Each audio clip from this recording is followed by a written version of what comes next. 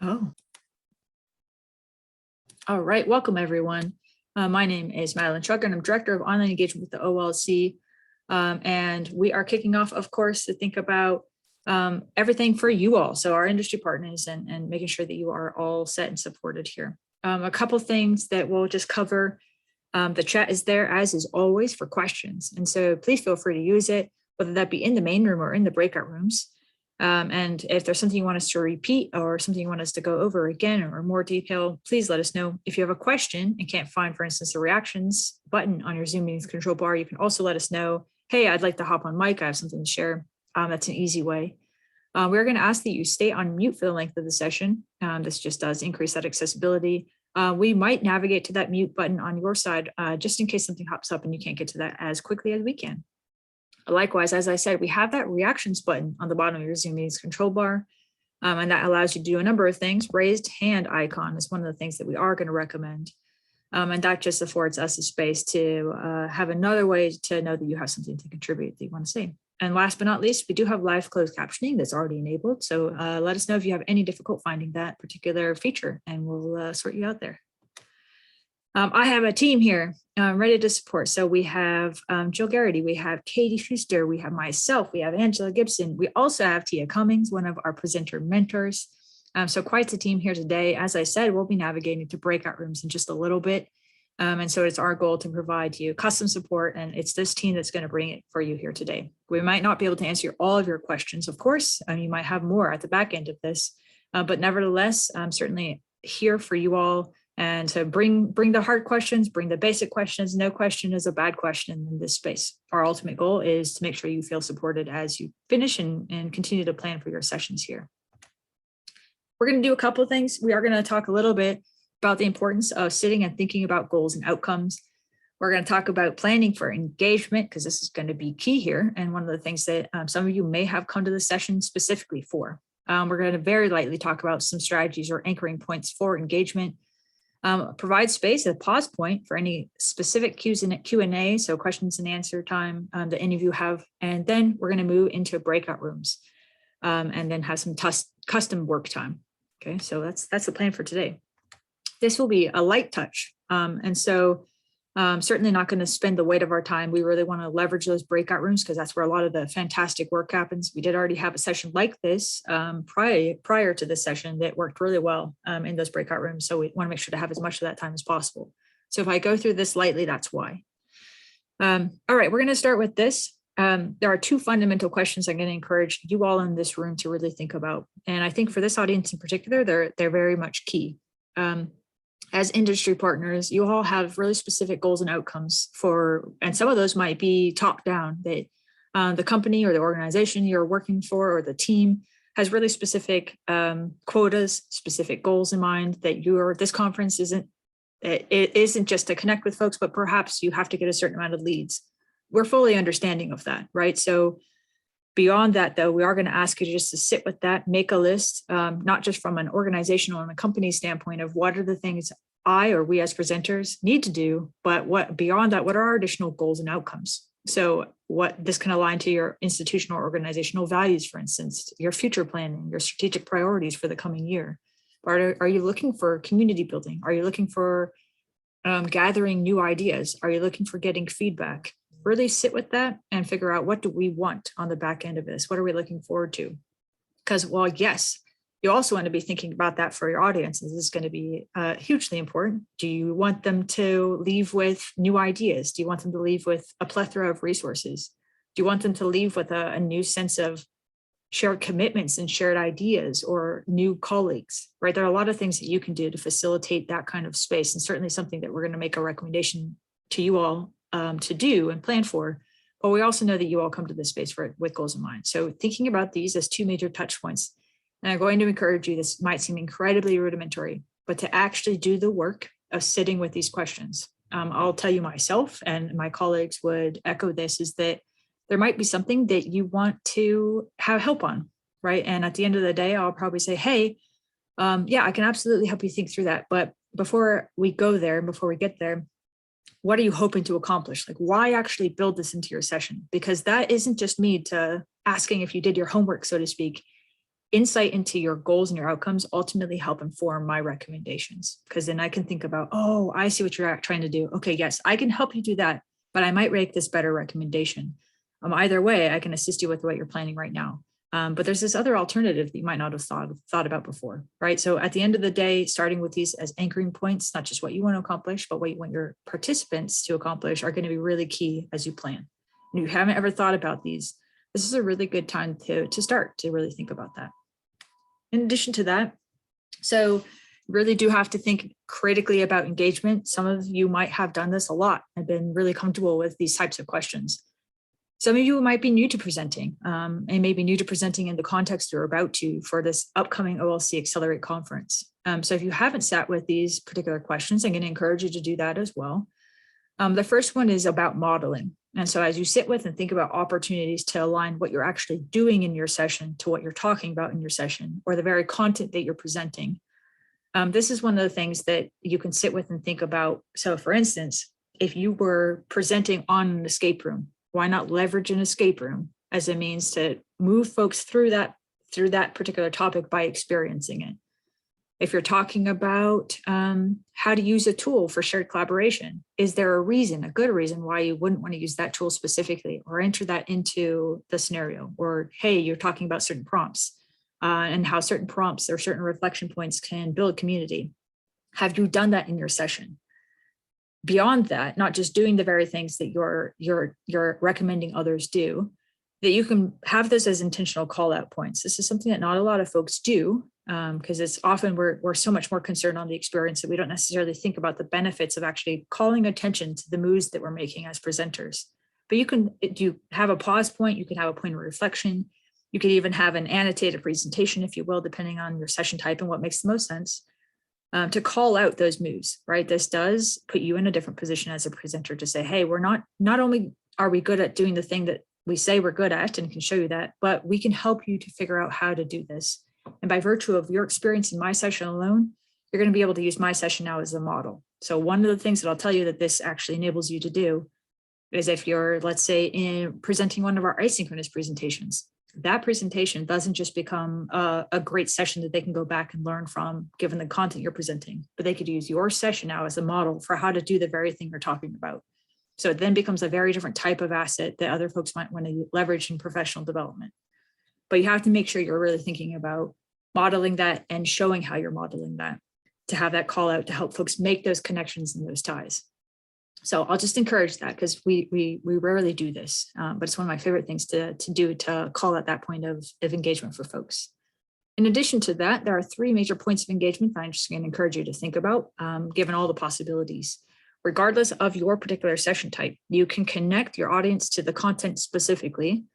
And so one great example for this is, let's say that you're presenting a subset of data and you have a chart. Well, you could hop onto Zoom, include that chart in a Google slide and present it from that standpoint, right? Or you could put that chart in a Google document, share that Google document, make it collaborative, and actually afford space for folks to directly comment on your Google document and say, with a reflection, right? Or leave a space in that Google document to leave their thoughts on the data itself, or how they might utilize the data. 2 very different ways to present the exact same data, but one actually increases engagement with the content itself, whereas the other just presents it. So I'm going to encourage you all to really step back and think about, what are the opportunities to engage my audience directly with the content itself, rather than just presenting the content. The second one is, of course, engaging audience with each other. This one I think a lot of us do actively think about, and there are a lot of tools and opportunities to do so. But if you haven't thought about that yet, definitely going to encourage you to step back and think about that as separate, but potentially related to the other. So I used that Google document example just a second ago. What if you encourage folks on the back end to actually comment on each other's reflections then, and leave, hey, yeah, that's a great reflection, Angela. I didn't think about that, but you're totally right. That's a great idea. I would think I would use it in that way as well. All of a sudden, that one interaction, that one engagement point becomes a point of interaction, not just between audience and content, but audience and audience. And lastly, you all are fantastic, right? You bring a lot to the table. And of course, this is likely a goal of many of you. You are looking for lasting contacts, lasting points of communication, long-term and sustained relationship building. you need to think about how you're doing that, right? And genuinely plan for that, because it won't happen, right? This might be a callback, right? But field of dreams, right? Just because you build it doesn't mean they'll come in this instance, right? So you really have to think about how you're planning for that, what it means to sustain that, depending on your session type. If you want folks to ultimately reach out to you on the back end. So we're going to talk about a little bit about this today, and depending on the room, we have different rooms that facilitate different recommendations that relate to these things. This is going to be the last slide before we move into Q&A here, unless I'm forgetting one, but I don't think I am. But in your case in particular, I'm going to really encourage you to think about moving beyond that classic sales pitch. But what I mean by that is that not only are your tools, yes, 100%, if you are providing a cool service, a cool tool, a cool resource, maybe an awesome offering, we want folks to know about that. We want to amplify that as part of why we love having you all at our conferences. But beyond that, we know that you all have lofty goals that go beyond that resource itself, right? Or beyond the offering or service itself, that you are looking to help change the field and provide thought leadership.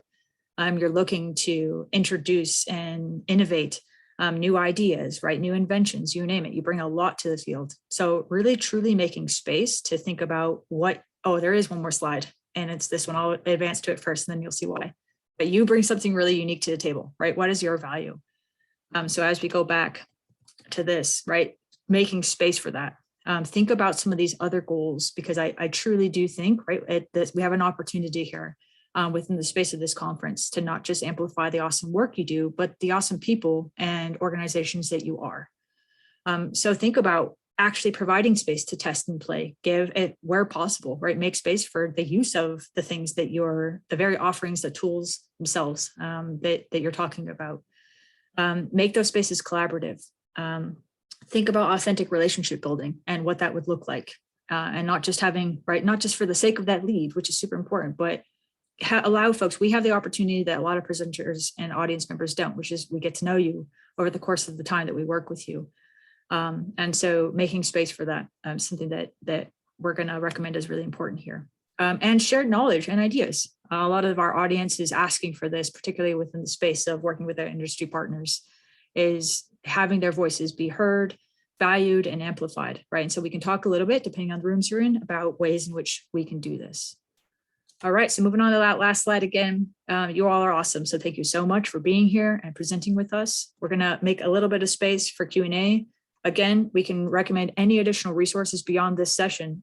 This is the last of the webinar series. So this is going to be the last of our live sessions. Otherwise, we have mentors, we have resources and the like on our website. But with that, before we move into breakout rooms, any questions before we get started? I'm going to go ahead and stop my screen sharing and go into the small room space. I will tell you ahead of time if one of your questions is, what are the 3 breakout rooms or 4 breakout rooms? Or no, actually it is 3. We're going to have one main room that's fundamental questions. It makes space for if you're coming here and you, apart from recommendations about presenting, you're really asking about, hey, you know what? I didn't even make a note of the due date for my presentation. We're going to consider that a basic question at this point, but nevertheless something that we'll make space for today. So truly mean that no question is a bad question in this context. Lisa, I saw you about a walkthrough of PlayPosit. We will also have a space for that. So if you're looking for some really basic PlayPosit related, we're going to have a room for that as well. We're also going to have a room about just fundamental basic engagement strategies and the like. So just so you have a good idea about what we're planning here. But any other questions? That was a great one to get us started.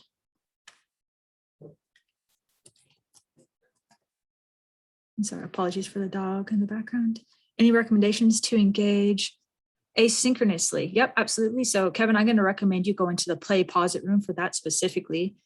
Except, Kevin, can you let me know in the chat, are you actually presenting an asynchronous presentation? Or are you just asking, broadly speaking, about asynchronous engagement regardless of session type?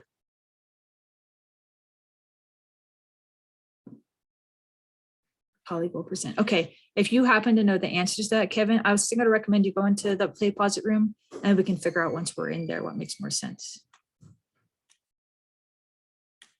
All right. So let's go ahead and make these spaces. This is going to be, we'll open this up. Sorry, just getting these started. All right, so I'm going to go ahead and open these two rooms. It looks like fun and effective ways to get audience involved. Nicole, I'm going to recommend you go to that engagement room. That'll be a great space there.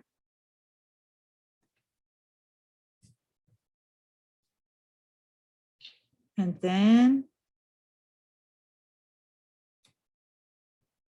excellent. Yep, Angela will be in that space. All right. Okay, and so you'll see these. I'm going to open them up first. Don't leave yet. So the rooms are now open. You'll see that there's technically two rooms. The main room is going to be the basic questions. So like I have something that I don't think is about engagement, whether that be asynchronous or synchronous. I have something that's not about PlayPosit. I'm not sure, but it's just a general question room. So that's going to be the main room. But otherwise, we will see you in a little bit. We'll reconvene for about a minute on the back end. So happy planning.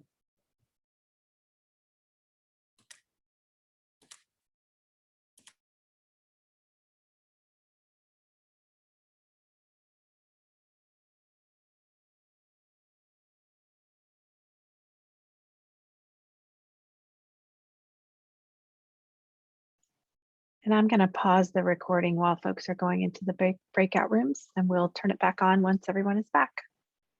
Yep. All right, everyone, we have folks coming back to the main room. So about 43 more seconds.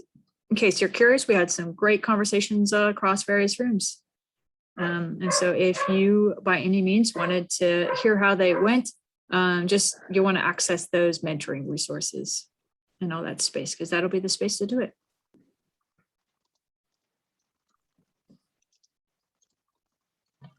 Hey, Jill. It's Alice with HonorLock.